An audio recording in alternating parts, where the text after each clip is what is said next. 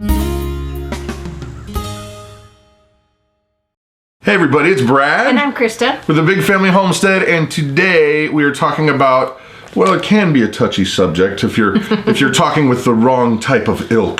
Mm-hmm. And that's chores. Chores for kids. That's right. Kids' chores. That's right. Ah, yes, chores. It is a very sensitive subject for some parents. Some parents. Well, and some kids too, I would imagine. But you know, when you have a family and you have a house, there are things that have to get done, and mom and dad cannot, and should not do everything. Well, let's back up for a sec. First of all, if you don't know, we have 7 children, and we did finally figure out what was causing that, and that was not having cable television.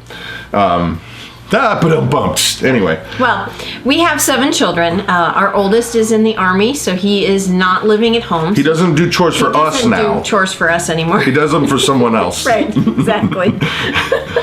So, but all of our kids, we've been pretty much from the beginning decided that our kids will do chores, age-appropriate kind of things, and ability-oriented kind of things.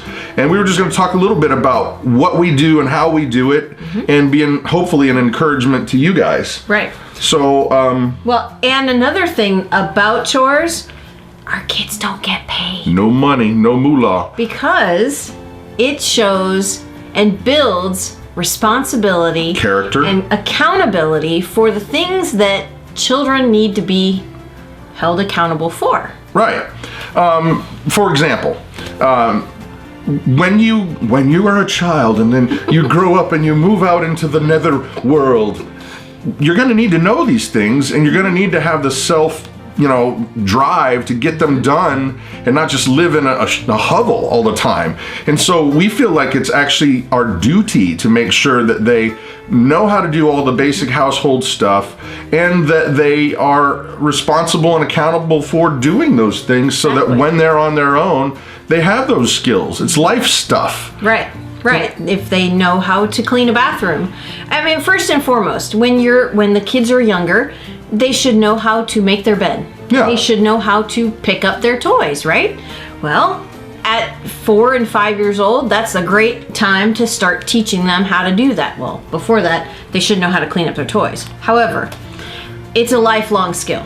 Well, yeah, but keep in mind, the stuff that we're going to share with you guys today, it's stuff that we've developed over a long time. I mean, our oldest kid is 18 years old, and so we've picked up a lot of tips and tricks and things from different families, different parenting things like the Ezzos. They're a great resource.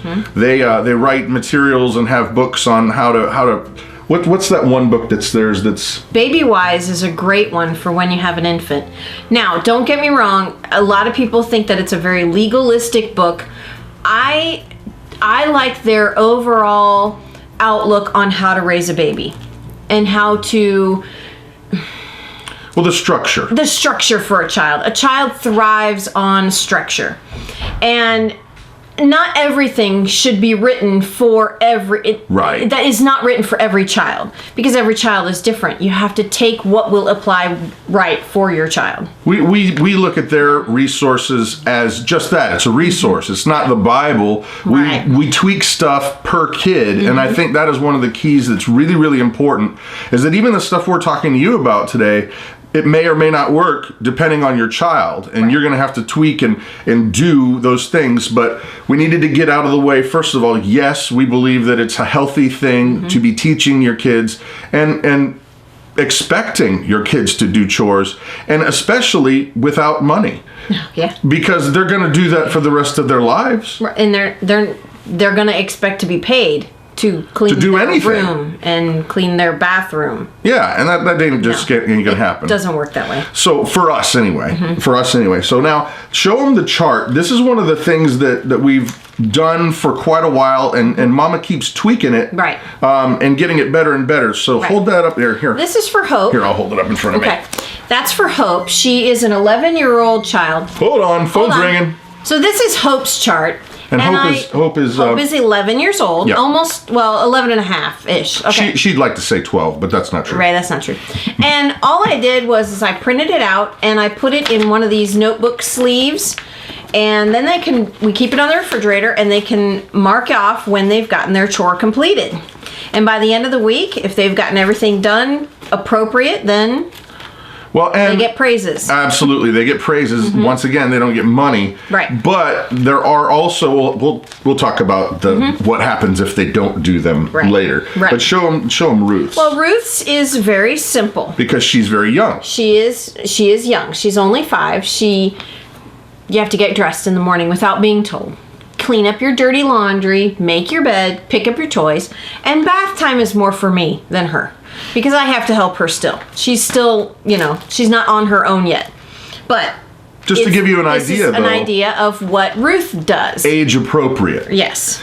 And so, but I think that one of the things that they actually they do enjoy is they enjoy seeing everything that's their responsibility, that's all done. I think they get a sense of completion, and that I was a part of it when they get all their stuff checked off. And I think that is that's a life skill, guys.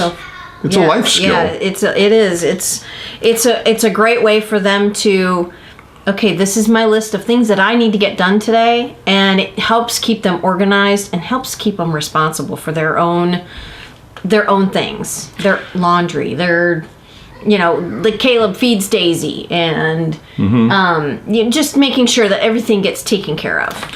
Well, yeah, and talking about those are the positive sides of things, but when you're struggling with kids that are obstinate, which are Jonathan is, he needs a little more encouragement. That would be if he wants his cell phone taken away. That's the thing, and you'll know. And this is the deal with. Each kid is going to have their own buttons that they like to do stuff and they don't like to do stuff. Well, for Jonathan, if he doesn't do his chores and get his tasks completed, then he loses his cell phone. Or video game time. Video game time? Yeah, and you can actually use those things as a plus if you say, well, I'm not going to, give what do they call it even? An allowance?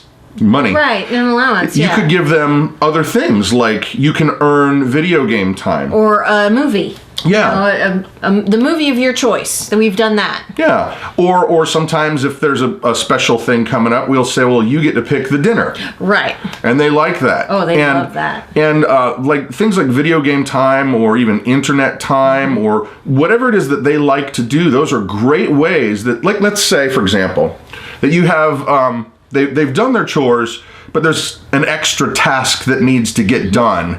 Let's say that Jonathan wanted to... say the van needs to be washed and vacuumed. Yeah, exactly. Perfect example. That's an extra task that... But then you would tack on, say, okay, if you do that, we'll give you an extra 30 minutes of video game time, or you can pick dinner. Or we let him go to the rodeo. Yeah. Our son Jonathan, he likes to go to the rodeo with goes some to the friends, rodeo, and that's a way that he can earn something that's above and beyond. And I think those things are really great too, just because it makes them want to be more engaged. Yep. And for us, it's been working great. And it was kind of funny because when we had 2 kids, David and Jonathan, it was, no big whoop. But then when the third one came, we were outnumbered. Oh, but she was the best third. Claire? Yeah, she was the easiest baby. Man. But then when you're outnumbered, you've got to make a strategy. You have got to come up with a plan. Yeah. And so the encouragement for you today, I guess, is just that, yes, we do, and we totally endorse chores for a kid, but make sure that they're age appropriate. Like, we wouldn't try to expect Ruth to wash the van. Oh, no. That'd be ridiculous. Of course, she does like to help. Oh, yeah. Because they're playing in the water. But by the same token, I'm not going to ask Jonathan to do one of the younger girls' clothing. He can take care of his own clothing and fold his own clothing. Right. But I think it's important to keep in mind that make an expectation that is reasonably accomplishable. Yep. Is that a real word? Accomplishable. Ooh, that sounds good. I don't know. Sounds good. But make expectations that are reasonably accomplishable and then follow up. Because one of the things that we found is that if we're not doing our job, right, and that's they're not making doing sure theirs. that they're if we're not going and checking on them and giving praise, and being like, great job, and that boosts their self-esteem. It also gives them that sense of accomplishment and getting something done, and it helps us because literally you're running a household, and I don't care how many family members you have. Let's say that it's just you and your wife, or wife and husband and wife, and then 2 kids. That's still a lot of work. So not only is this going to build their self-esteem, it's going to give them a sense of accomplishment. It's also going to teach them basic life skills, make them more responsible. Yep. It's you're raising adults. You're not just raising kids to be kids. You're raising adults, and you have to give them the skills that are going to get them through adulthood. I agree, Mama. So anyway, if you guys have other suggestions that you think we may not have, made, or you've got something unique that works for you, put it down in the comments below, because that's part of this whole thing, is being in community, that we're all learning and growing from each other and together. Yeah. So there it is, guys. I think that's about good, huh? Yeah, it's good. If we think of something else, we'll make another video. So anyway, I'm Brad. I'm Christa. And you guys have an amazing day.